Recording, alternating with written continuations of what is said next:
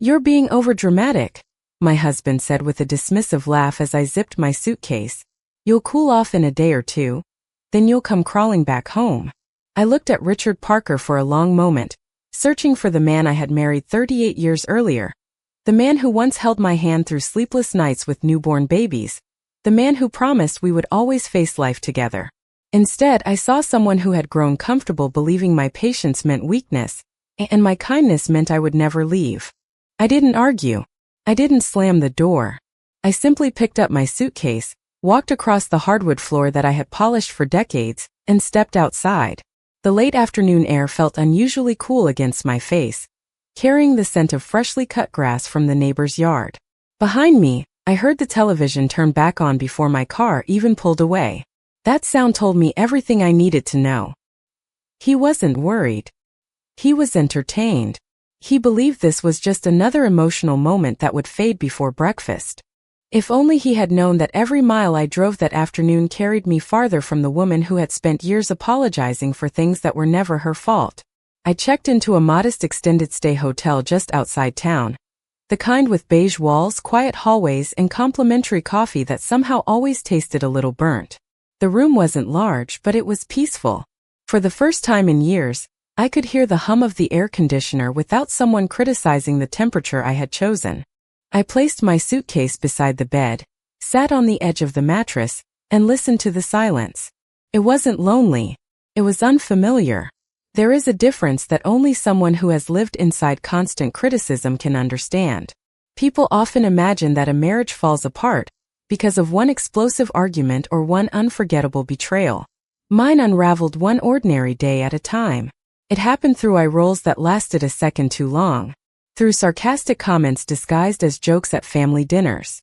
Through decisions made without asking my opinion because, according to Richard, I would only complicate things. Somewhere along the way, I stopped recognizing the woman staring back at me in the bathroom mirror each morning. She smiled when everyone expected it. She stayed quiet to keep the peace. She convinced herself that endurance was the same thing as love. Friends used to tell us we were the perfect couple. We hosted Thanksgiving every year. Our front porch was decorated before every holiday. Our children grew up in the same comfortable suburban home with white shutters and maple trees lining the sidewalk. From the outside, our life looked like something from a magazine. Nobody saw what happened after the guests left. Nobody heard Richard correcting the way I folded napkins, criticizing how I spent grocery money, or laughing whenever I tried to express how exhausted I felt. "You take everything too personally," he would say. "You always make everything bigger than it is." After hearing those words often enough, I began wondering if he was right. Maybe I really was too sensitive. Maybe every disappointment was just another misunderstanding. Maybe every apology I accepted was proof that marriage required sacrifice. But sacrifice is supposed to build a relationship, not erase one person inside it. As evening settled outside the hotel window, my phone buzzed on the nightstand. A text from Richard appeared on the screen. "Have your little vacation. Don't forget to pick up milk when you come home." I stared at the message for several seconds before setting the phone face down without replying. There was no anger inside me anymore. No urge to defend myself. Just an unexpected calm that settled deeper with every passing minute. Richard thought I had left to make a point. He believed I needed space to calm down before returning to normal. What he never imagined was that I had already scheduled an appointment with a divorce attorney the following morning. While he laughed at what he called my overreaction, I had quietly begun preparing for the most important decision of my life. He believed I was walking away from an argument. In reality, I was walking toward my future, and he wouldn't understand that until the day a judge quietly signed the papers that finally ended our marriage. The next morning I woke up before sunrise, not because I had slept well, but because my body was so accustomed to years of waking before Richard. I lay still for several minutes, staring at the unfamiliar ceiling while the quiet settled around me. There was no television playing in another room, no cabinet doors closing louder than necessary, no impatient voice asking why breakfast was not ready yet. The silence felt strange at first, almost uncomfortable, but little by little it became something else. It became peaceful. I made a cup of coffee using the small machine on the hotel counter, and carried the paper cup to the window. Cars moved steadily along the highway below, each driver headed somewhere with purpose. Watching them reminded me that life never paused simply because one chapter had ended. My phone remained silent except for a weather notification and a promotional email from a grocery store. Richard had not called. He had not asked where I was staying. He had not wondered whether I had slept safely. That realization hurt less than I expected because somewhere deep inside, I already knew he believed I would return before the weekend. He had always mistaken my patience for dependence. As I sipped the coffee, memories drifted through my mind with remarkable clarity. When Richard and I first married, we rented a tiny apartment above a hardware store. The kitchen was barely large enough for 2 people, and the windows rattled every time a truck passed by. We did not have much money, but we laughed often. On Friday nights we shared one pizza because it fit our budget, and afterward we walked around the neighborhood talking about the family we hoped to build. Back then he listened when I spoke. He asked what I thought before making decisions. We dreamed together instead of competing for control. I often wondered when those conversations disappeared. There was never one dramatic moment that changed everything. It happened gradually, almost invisibly. As Richard advanced in his career, confidence slowly transformed into certainty that his opinions mattered more than mine. If I suggested a different vacation, he would smile politely before explaining why his idea made more sense. If I questioned a financial decision, he reminded me that he understood investments better than I ever could. At family gatherings he corrected harmless details in my stories, laughing as everyone joined in. They believed we were teasing each other. They did not realize that after enough years, those little corrections taught me to stop speaking altogether. Even our children grew accustomed to it. They loved both of us deeply, but they had spent decades watching their father dominate every conversation. Without meaning to, they accepted it as normal. Looking back, I realized I had accepted it too. I told myself that every marriage required compromise. Yet compromise only works when both people are willing to bend. I had been bending alone for a very long time. Around 8 o'clock I dressed carefully in a navy blue blouse, gray slacks, and comfortable flats. I looked at my reflection in the mirror before leaving. The woman staring back still looked tired, but there was something different in her eyes. She no longer looked uncertain. She looked awake. I gathered the folder I had quietly assembled over the past several months, filled with bank statements, retirement account summaries, tax returns, insurance documents, and copies of property records. Richard never noticed those papers disappearing into my filing case because he never imagined I would need them. He believed understanding our finances was his responsibility alone. What he failed to recognize was that I had been paying attention all along. Every receipt, every statement, every unexplained transfer had become another piece of a puzzle I could no longer ignore. As I walked toward my car, the morning sun reflected across the windshield, warming the cool spring air.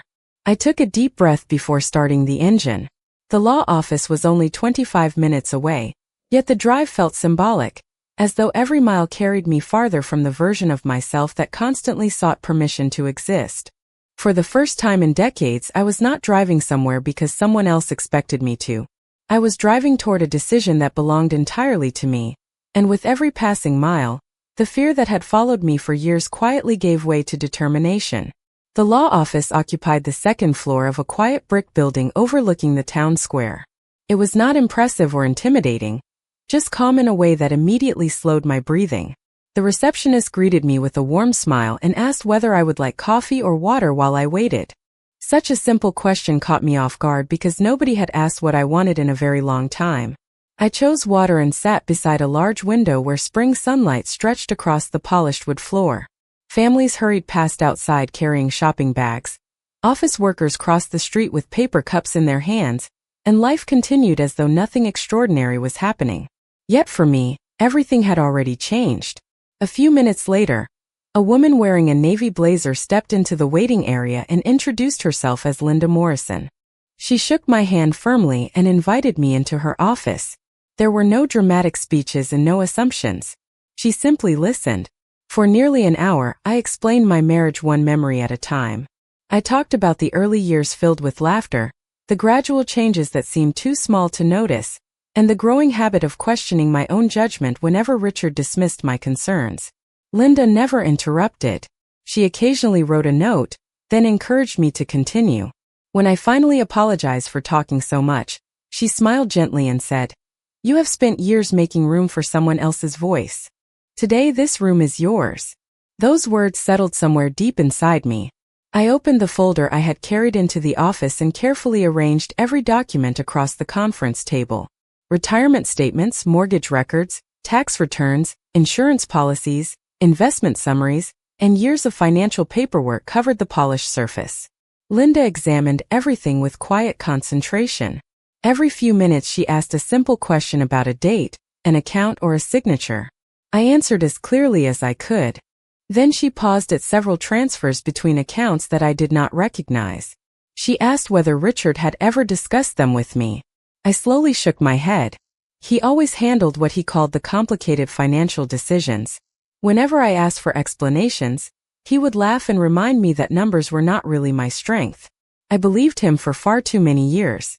Linda looked up from the paperwork without any expression of surprise. She had likely seen situations like mine many times before.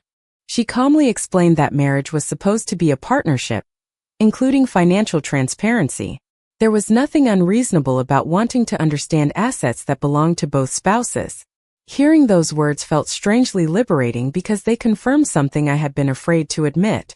I had not been asking for too much. I had simply been asking to be treated like an equal. Before our meeting ended, Linda outlined the legal process with remarkable patience. She explained each step, every possible timeline, and the importance of remaining calm regardless of how Richard reacted once he received the paperwork. I appreciated that she never promised revenge or dramatic victories. Instead, she spoke about fairness, documentation, and protecting my future. That practical approach gave me confidence. As I gathered the papers back into my folder, she handed me a checklist of additional records that would strengthen my case. Most of them were already sitting inside a filing cabinet at home because I had quietly copied them months earlier without fully understanding why I felt compelled to do so. Walking back to my car, I realized instinct had been preparing me long before my courage finally caught up. Richard still believed I was spending a few days proving a point before returning home with another apology. He had no idea that the first official steps toward ending our marriage had already begun, and for the first time in decades, I no longer felt afraid of what tomorrow might bring. When I returned to the hotel that afternoon, I expected to feel exhausted after everything I had shared, but instead I felt lighter. Not happier, not relieved, just lighter. There is a quiet kind of strength that appears the moment you stop carrying the impossible responsibility of fixing another person. I placed the folder on the small desk beside the window and carefully added the checklist Linda had given me. Then I made another list of my own. It included every financial document still inside the house, every account statement I needed to copy, and every personal item that truly mattered to me. Looking at those handwritten notes, I realized I was no longer reacting to my circumstances. I was planning my future. That evening my phone finally rang. Richard's name appeared on the screen. I let it ring twice before answering. His voice sounded relaxed, almost amused. He asked whether I had enjoyed my little break and joked that the house had become wonderfully quiet without me reorganizing the kitchen cabinets.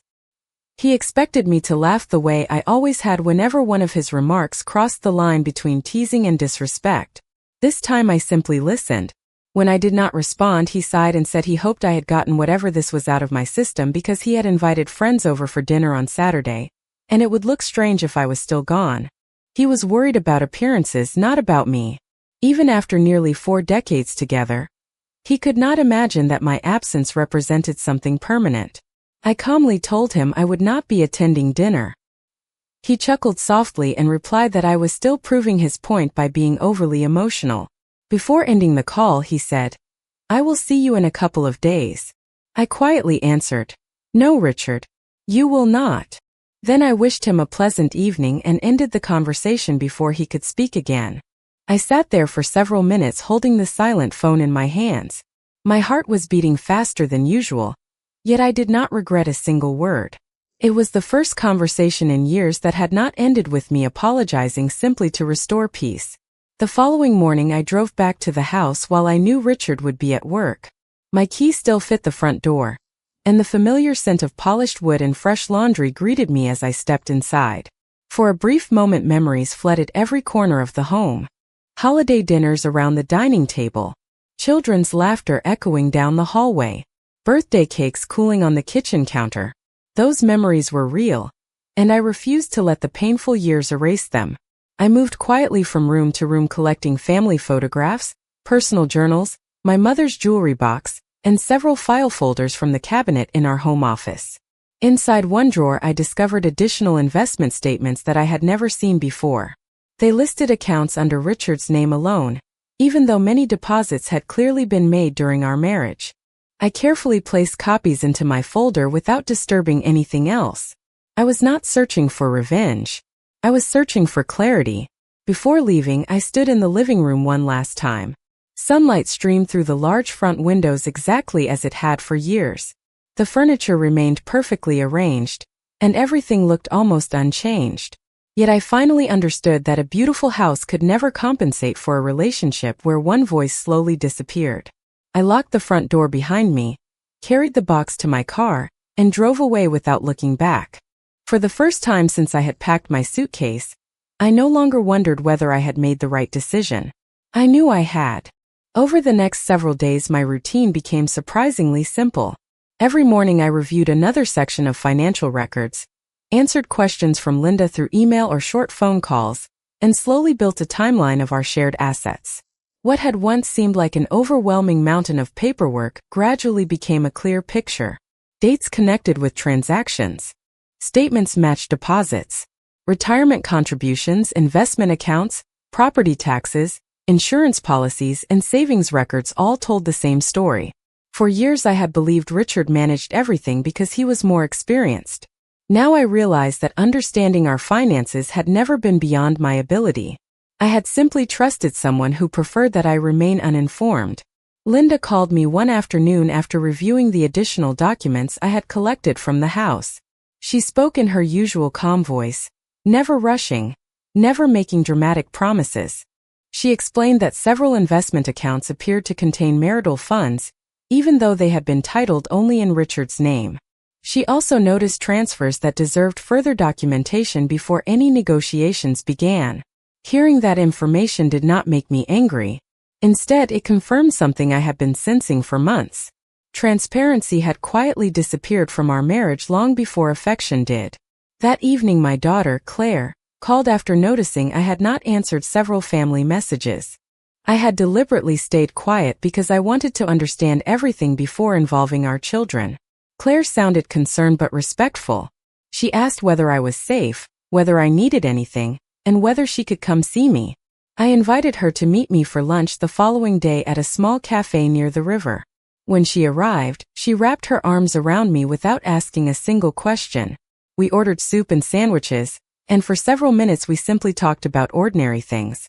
Finally, she looked at me with gentle concern and asked what had happened. I told her the truth without exaggeration. I did not insult her father. I did not list every painful memory from the past 38 years. I simply explained that I had reached a point where I no longer recognized myself inside the marriage, and that I had chosen to begin divorce proceedings. Claire lowered her eyes for a moment before quietly saying something I will never forget. She admitted that she had noticed the imbalance for years, but had convinced herself that it was simply the way my father and mother communicated. She apologized for never asking whether I was truly happy. I reached across the table and squeezed her hand. None of this was her burden to carry. Children often normalize what they grow up watching because it becomes familiar. That conversation reminded me how easily unhealthy patterns can hide inside ordinary routines. Before we left the cafe, Claire asked whether I had somewhere comfortable to stay. I smiled and told her I was already looking at a small apartment closer to downtown. For the first time in many years, choosing where I wanted to live felt exciting instead of frightening. Later that afternoon, my real estate agent showed me a modest one-bedroom apartment with large windows, hardwood floors, and a small balcony overlooking a tree-lined street. It was not luxurious, but every corner felt bright and peaceful.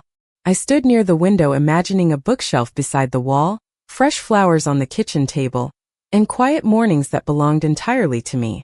As I signed the rental application, I realized I was making decisions based on my own preferences, instead of trying to predict someone else's approval.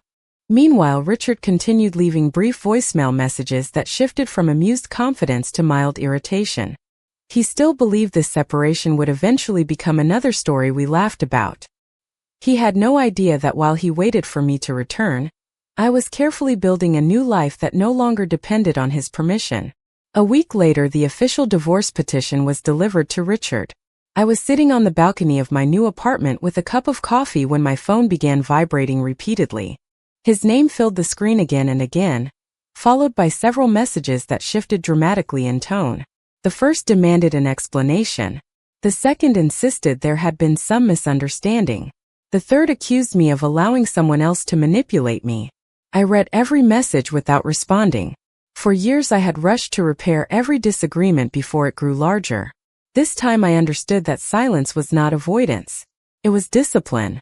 Later that afternoon, Linda called to let me know that Richard had already retained an attorney. She sounded neither concerned nor surprised. She explained that his attorney had requested preliminary financial disclosures and hinted that Richard believed the matter would be resolved quickly because, in his words, there was nothing significant to divide. I smiled quietly after ending the call because the confidence in that statement reminded me of the man I had lived beside for almost 4 decades. Richard had always assumed he understood every situation before asking a single question. That certainty had served him well in business, but it had slowly damaged our marriage. He believed conclusions mattered more than conversations. 2 days later, we attended our first mediation session. The conference room was bright, professional, and surprisingly ordinary. There were no dramatic confrontations, raised voices, or emotional speeches. Richard entered wearing the same confident expression I had watched for years at company events and neighborhood gatherings. He greeted everyone politely before looking at me with a smile that suggested we were simply participating in another inconvenience that would soon disappear. He asked whether I was finally ready to come home after we finished the paperwork. I calmly replied that I had already signed a lease for my apartment. For the first time, his smile hesitated. The mediator reviewed the purpose of the meeting and encouraged both sides to discuss a fair settlement. Richard immediately proposed keeping nearly every major financial account under the explanation that he had managed the investments throughout the marriage. He described those decisions as practical rather than personal. While he spoke, I remained quiet, occasionally making notes beside the documents Linda had prepared.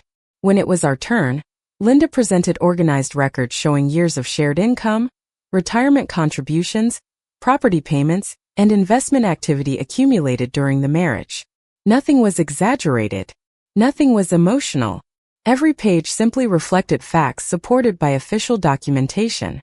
Richard leaned back in his chair with an expression I had rarely seen before. It was not anger. It was uncertainty. The assumptions he had carried into the room no longer matched the evidence sitting on the conference table. The discussion continued for several hours with respectful but careful questions about accounts, transfers, and financial decisions. Each answer created another opportunity to clarify information through written records. I watched quietly as confidence slowly gave way to concentration. For the first time in many years, Richard stopped speaking as though he already knew every answer. When the session finally ended, no final agreement had been reached, but something important had changed. He no longer viewed the divorce as an emotional phase that would disappear on its own. He understood that I had prepared carefully, sought experienced legal guidance, and intended to complete the process with dignity. As Linda and I walked toward the parking garage, she glanced at me and smiled gently. She said we had made meaningful progress because the truth rarely needed dramatic performances. It only needed patience, organization, and the courage to stand beside it. I looked up at the clear afternoon sky and realized that for the first time since leaving home, I was no longer measuring my future by Richard's opinions. I was measuring it by the quiet confidence I had begun rebuilding inside myself, one honest decision at a time. Over the following month, the legal process moved steadily forward, not with dramatic surprises but with careful deadlines, scheduled meetings, and stacks of documents that slowly revealed the full picture of our shared life. Linda often reminded me that most divorces were not decided by the loudest voice in the room. They were decided by preparation, consistency, and credible evidence. Every time we met, she reviewed another section of financial records with remarkable patience. We organized retirement accounts, investment portfolios, property records, insurance policies, and years of tax returns into clearly labeled folders. Looking at those files spread across the conference table, I realized they represented far more than numbers. They represented 38 years of work, sacrifice, and partnership that deserved to be acknowledged fairly. Richard, however, continued believing confidence alone would carry him through the process. During the second mediation session, he arrived with the same polished smile, greeting everyone as though this were another routine business negotiation that would eventually end in his favor. He repeated that he had always managed the household finances because he was more experienced and insisted that many of the investments should remain exclusively under his control. This time Linda responded by calmly presenting additional documentation tracing years of shared income into those same accounts. Every statement connected to another statement. Every transfer matched a deposit. Every explanation rested on written records instead of assumptions. The mediator carefully reviewed each document before asking several follow-up questions.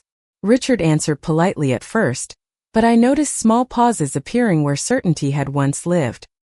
He began consulting his attorney more frequently, quietly reviewing papers that he had barely glanced at during earlier meetings. It was the first time I had seen him genuinely uncertain in many years. As the discussion continued, another issue surfaced involving an investment account that had not appeared in the initial financial disclosures. Linda already had copies of historical statements showing regular contributions made during our marriage. She did not accuse anyone of wrongdoing. She simply placed the documents on the table in chronological order and allowed the timeline to speak for itself. The room grew noticeably quieter. The mediator thanked both attorneys for providing complete documentation and requested updated calculations before the next hearing. No raised voices filled the room. No dramatic confrontation unfolded. The truth arrived quietly, page after page. After the meeting ended, Richard approached me in the hallway while our attorneys gathered their files. His expression looked different now. The amusement that had greeted me only weeks earlier had disappeared, replaced by something closer to disbelief. He asked why I had never told him I was collecting records. I looked at him calmly before answering that I had spent years asking questions about our finances and had rarely received complete answers. Eventually I decided that if I wanted clarity, I would have to find it myself. He stood silently for several seconds before saying that I had changed. I gently replied that perhaps I had finally stopped pretending everything was fine. Then I wished him well and walked toward the elevator. As the doors closed, I caught my reflection in the polished metal. I looked older than the young bride who had once shared a tiny apartment above a hardware store, but I also looked stronger than the woman who had quietly accepted being dismissed year after year. Strength, I realized, was not found in winning arguments or proving someone wrong. It came from trusting my own judgment after years of doubting it. By the time I arrived home that evening, I understood that the final hearing was approaching. Whatever decision the court ultimately reached, I already knew one important truth. The hardest part of this journey had never been leaving the house. The hardest part had been believing that my own voice deserved to be heard, and now that I had finally found it again, I had no intention of ever giving it away. The morning of the final hearing arrived with clear skies and cool spring air. I woke before my alarm, brewed a fresh pot of coffee, and stood beside the window of my apartment watching the first rays of sunlight settle across the quiet street below. Months earlier I would have spent a morning like this worrying about whether I had said the wrong thing, or whether I could somehow repair a relationship that had been quietly falling apart for years. Instead, I felt an unexpected sense of peace. Not because I believed everything would unfold perfectly, but because I knew I had done everything I could with honesty and dignity.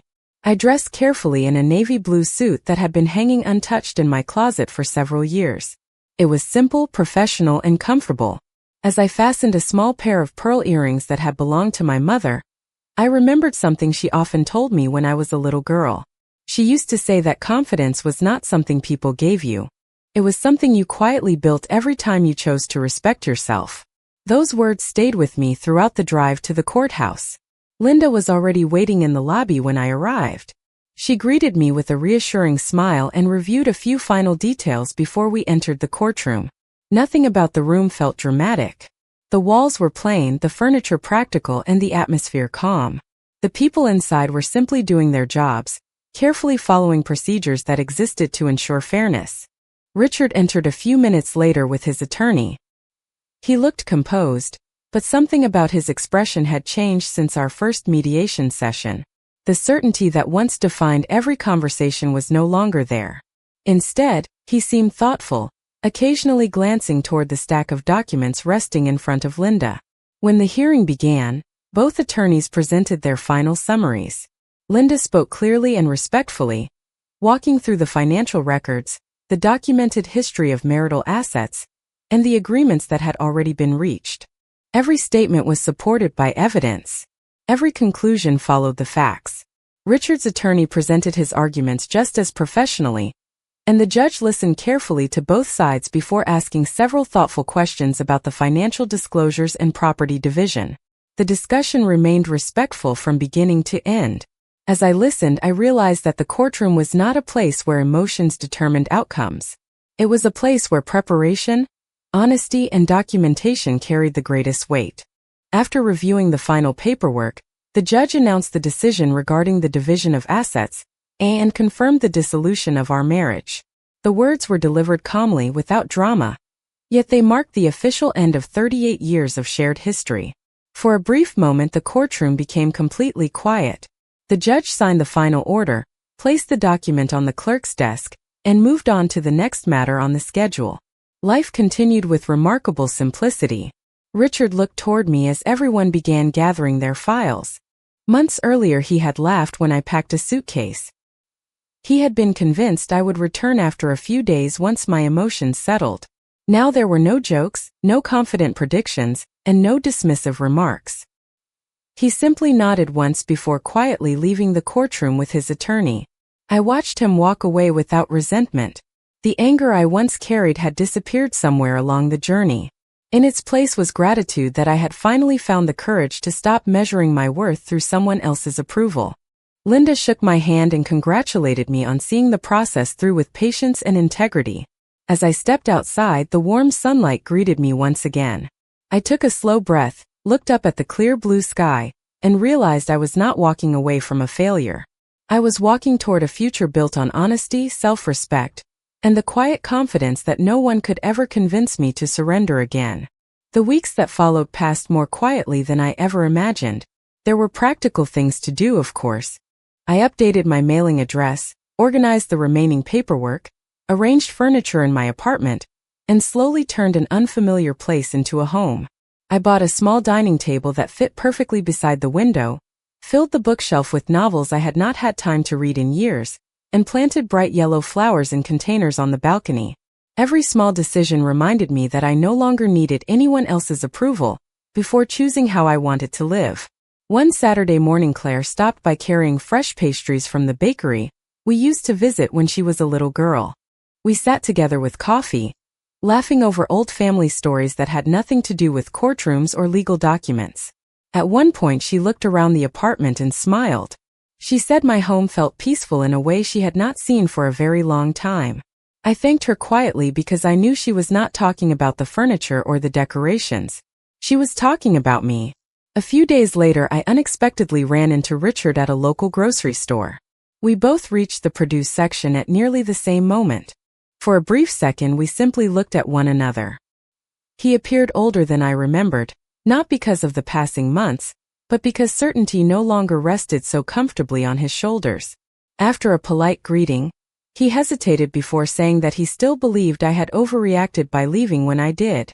The words sounded familiar, almost rehearsed, as though repeating them could somehow rewrite everything that had happened. I listened without interrupting. Years ago I would have defended myself, listed every painful memory, and searched desperately for understanding. This time I simply smiled gently and answered that leaving had never been about one argument or one difficult day. It had been about finally recognizing that I deserved to live in a relationship where respect was not optional. He looked at me for several moments but did not argue. There was nothing left to debate because the decision had already become part of our history. We wished each other well and walked toward different checkout lines.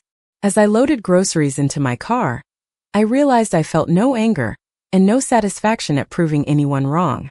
The greatest victory had nothing to do with the courtroom or the legal outcome. It came from rediscovering the woman I had gradually forgotten, while trying to preserve a marriage that no longer preserved me. Looking back now, I understand that people rarely lose themselves all at once. It happens quietly through small compromises repeated over many years, until silence begins to feel normal and doubt becomes part of everyday life. I once believed strength meant enduring everything without complaint. Now I know real strength sometimes means calmly walking away before you lose the last piece of yourself. The judge's signature officially ended my marriage, but it was not the moment that changed my life. That moment happened much earlier, when I picked up a single suitcase, stepped through my front door without shouting or blaming anyone, and trusted my own judgment for the first time in years. Everything that followed simply confirmed what my heart had already accepted. I did not leave because I was overly emotional. I left because I finally understood that peace is never found by shrinking yourself to fit inside someone else's expectations. It is found the moment you decide that your own voice deserves the same respect you have spent a lifetime giving to everyone else.